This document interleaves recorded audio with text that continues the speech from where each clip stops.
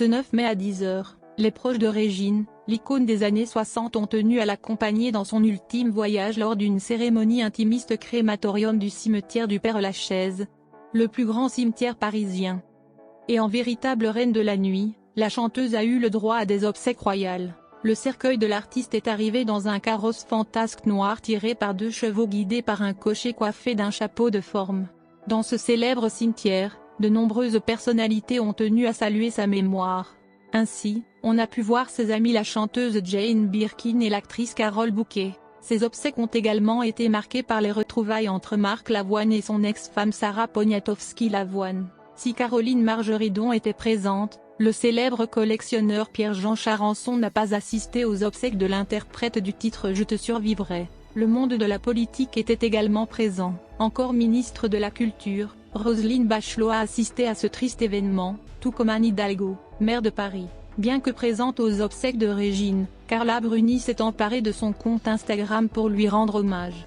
Quelques minutes avant le début de la cérémonie, la chanteuse a partagé la une du journal Libération, une couverture en noir et blanc que l'épouse de Nicolas Sarkozy a sobrement légendée, « Au revoir Régine ». À la suite de une, l'ancien top modèle a publié le livret d'obsèques sur lequel apparaissent les derniers mots de l'artiste à ses proches. Bien que très affaiblie lors des derniers jours de sa vie, Régine a anticipé la cérémonie de ses obsèques, comme l'a révélé le journaliste Jean-François Guyot sur son compte Twitter.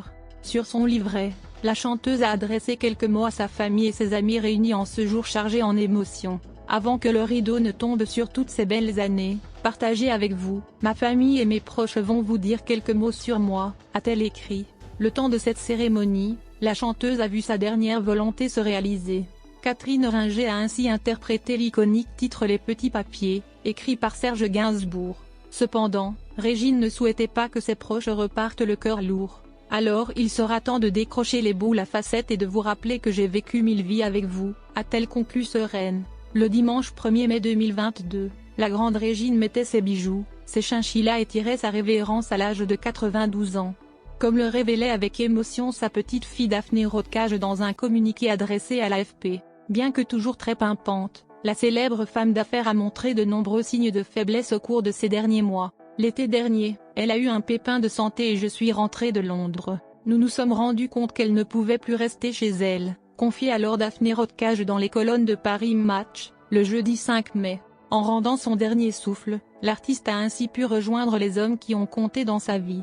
Je suis apaisée, car je sais à quel point elle était heureuse de rejoindre son frère, Maurice, et mon père, Lionel, ce fils dont elle n'avait pas supporté la disparition, a confié sa petite fille. Après avoir illuminé le monde de la nuit, Régine brille aujourd'hui parmi les étoiles. En plus d'être une artiste reconnue et reine de la nuit, Régine était surtout une grande amie des célébrités. Très proche de la chanteuse, Pierre Palmade a été le premier à exprimer sa peine après le décès de sa confidente. Sur son compte Instagram, l'humoriste a partagé sa tristesse à travers un hommage des plus émouvants. Tu savais d'un seul coup d'œil reconnaître les chics types des mauvaises personnes. J'adorais avoir ton avis sur mes amis, tu ne te trompais jamais.